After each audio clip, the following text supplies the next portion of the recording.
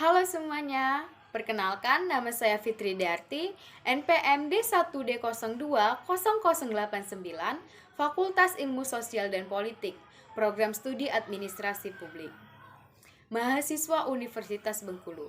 Baiklah, pada kesempatan kali ini saya akan berpidato yang bertema pendidikan di masa pandemi, yang dimana ini adalah tugas dari mata kuliah Bahasa Indonesia. Selamat menyaksikan. Assalamualaikum warahmatullahi wabarakatuh. Hadirin yang berbahagia, pertama-tama marilah kita aturkan puji dan syukur atas kehadirat Allah Subhanahu wa taala, di mana atas berkat rahmat dan hidayahnya kita semua diberikan kesempatan dan dapat menjalani aktivitas sehari-hari. Terlebih di masa pandemi yang mengharuskan kita untuk tetap di rumah. Salawat serta salam tidak lupa kita haturkan kepada junjungan kita, Nabi besar Muhammad SAW. Pada kesempatan kali ini, saya Fitri Darti, mahasiswa Universitas Bengkulu, Program Studi Administrasi Publik, akan menyampaikan pidato yang bertema pendidikan di masa pandemi. Tentang pendidikan di masa era pandemi, sebagai bangsa Indonesia yang baik, kita harus mengikuti peraturan yang telah ditentukan oleh pemerintah, yaitu mengikuti pendidikan yang telah dianjurkan oleh pemerintah. Apa itu pendidikan? Pendidikan merupakan proses belajar untuk meningkatkan ilmu pengetahuan dan keterampilan. Pendidikan tidak hanya menyalurkan ilmu dari pendidik kepada peserta didik, tetapi pendidikan juga bisa meningkatkan dan menciptakan pola pikir manusia agar bisa menjadi cerdas. Seperti yang kita ketahui, banyak saat ini dunia dan khususnya negara kita, Indonesia, diserang virus yang dimana disebut dengan COVID-19. Hal ini menjadi pandemi besar bagi seluruh dunia. Hal tersebut selalu berdampak bagi masyarakat.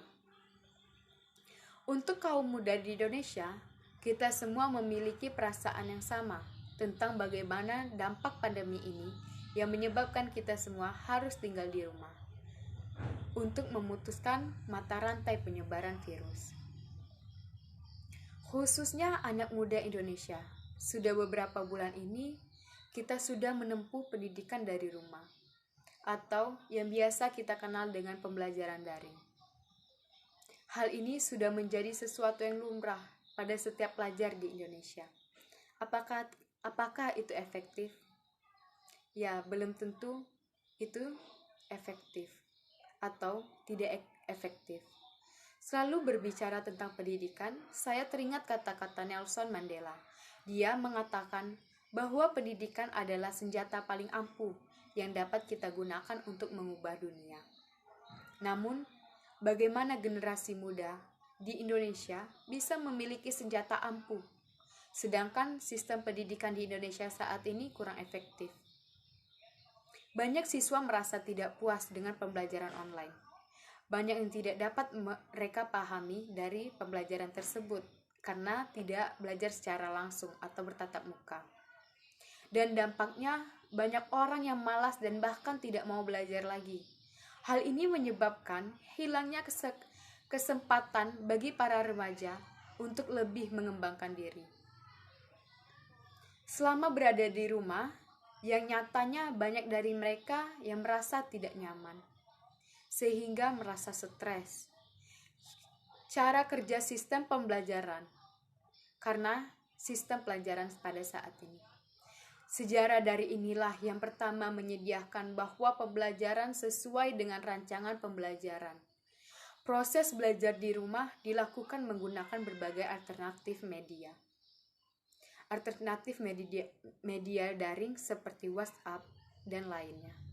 Siswa mempelajari materi dan mengerjakan tugas yang diberikan guru, dan guru melakukan monitoring pelaksanaan pembelajaran. Kemudian di akhir, guru memberikan penjelasan jika ada pertanyaan dari siswa dan juga membuat umpan balik atas pembelajaran yang telah dilakukan. Begitulah kurang lebih yang kita semua rasakan saat ini, yang dimana sudah melakukan pembelajaran secara daring atau melalui Zoom, WhatsApp, dan lainnya. Ini pasang surutnya semangat para siswa seharusnya tidak menghadap terus berjalannya proses pembelajaran. Untuk semua, tetap wajib mendapatkan pendidikan terbaik di rumah maupun di sekolah. Di masa pandemi seperti ini, siswa bisa menguasai dan menanamkan semangat belajar mereka dalam ranah pendidikan. Karena seperti yang kita yakini bahwa pendidikan merupakan komponen terpenting untuk memajukan bangsa. Dengan pendidikan, para pemuda dapat menumbuhkan pikiran agar terus bisa mengikuti pengembangan zaman yang bisa memajukan negara Indonesia ini. Para hadirin, izinkan saya memberi beberapa tips untuk membangun semangat belajar demi mengharuskan kita semua siswa harus tetap bersekolah walau dari rumah. Yang pertama, ciptakanlah ruang belajar yang nyaman. Karena dengan kenyamanan ruang belajar akan membuat kita terus semangat untuk belajar. Yang kedua, cari waktu ternyaman bagi diri sendiri.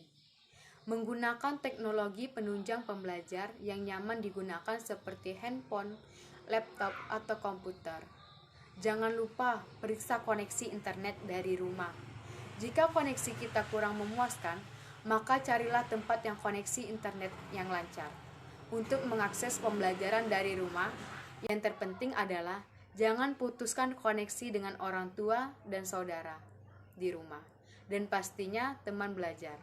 Dengan terus berkomunikasi bersama mereka, semangat untuk belajar meski secara daring akan tetap bisa kita jaga. Hadirin sekalian, mungkin cukup sekian pidato yang dapat saya sampaikan. Saya mohon maaf jika terdapat kesalahan dan saya mohon ampun kepada Allah.